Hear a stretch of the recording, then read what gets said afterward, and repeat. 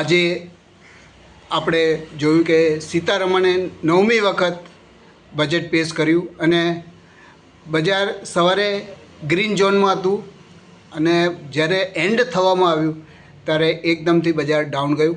આવો આપણે પૂછીએ કે આ બજાર ડાઉન ગયું છે તો એનું કારણ શું છે અને શું સુધરશે એવું શું લાગે છે?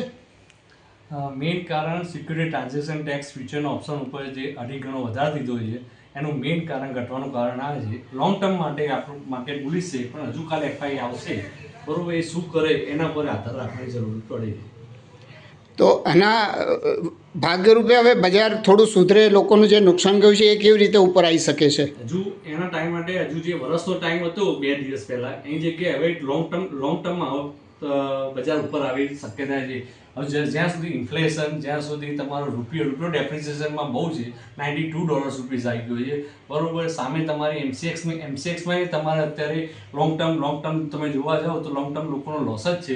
જ્યાં સુધી રૂપિયો ડેપ્રિસિએશનમાંથી બહાર નહીં નીકળે ત્યાં સુધી તમારે ઓલ ઓવર કરન્સીમાં તમને કોઈ તકલીફ પડશે નહીં તમને. અને સોનું ચાંદી પણ નીચે જઈ રહ્યું છે, તો એનું કારણ અત્યારે માર્કેટમાં સોનું ચાંદીમાં અત્યારે હજુ બી 10% કરેક્શન આવે તો બાય કરવાની ગણતરી રાખવાની. બાકી હજુ સોનું ચાંદી હજુ કોઈ ઘટવાની જગ્યા નથી. આ એક જાતનો એક માહોલ ઊભો કરી દીધો એ માર્કેટમાં.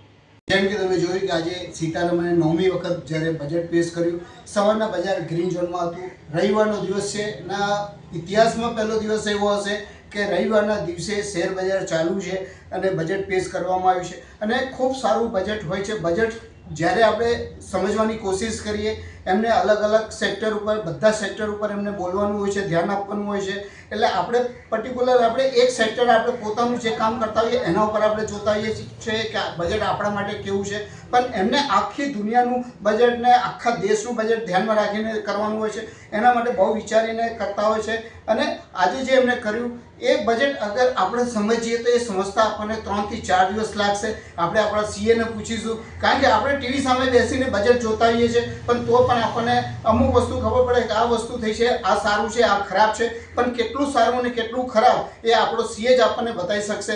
કેમેરામેન અંકિત પ્રજાપતિ સાથે અમદાવાદથી અલ્પેશ શાહ.